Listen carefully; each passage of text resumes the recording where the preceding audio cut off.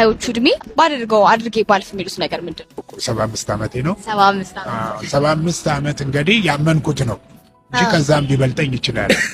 ሱስ ባይዘኝ መጠጥ ባልጠጣ ከመጠጥ ትቼ ሌሎች ጓደኞቼ እንደተማሩት ብማር ትልቅ ደረጃ ላይ ደርስ ነበር። የቁጥላ ስለጋ ምድርና ሰማዩ ሲዞር ቢነዳ እኔ ትቼው ጓደኞቼ በትምህርት ጎብዘው ሄደው ትልቅ ለውጥ አግኝተዋል።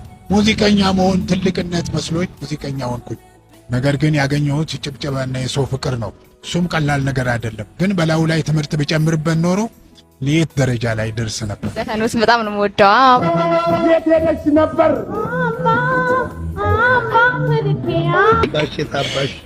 ሙዚቃው መግባት የሚችሉ በአሁኑ ጊዜ ቴክኖሎጂ የተመቻቸ ነው። ሙዚቃ ኪነ ጥበብ ትምህርት ይጠይቃል። ማንኛውም ነገር ትምህርት ይጠይቃል። እኔ ስላልተማርኩኝ የሚገርምሽ ነገር በመጨረሻ ደረጃ ላይ በዲግሪ ነበር ምድብ የሚሰጠው።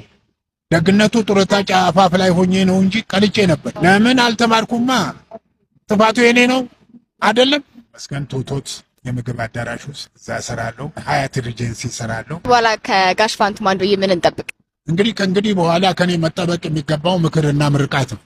እግዚአብሔር ከመጠጥ ከጫት ከሺሻ ከተለያዩ ሱሶች እግዚአብሔር ነፃ ያድርጋችሁ። ቢታንያን ተከተሏት። የኔም ምክር ተቀብሎ ከሱስ ነፃ እንደሚሆኑ ተስፋ አደርጋለሁ። ሀገራችን ሰላም ትሁን።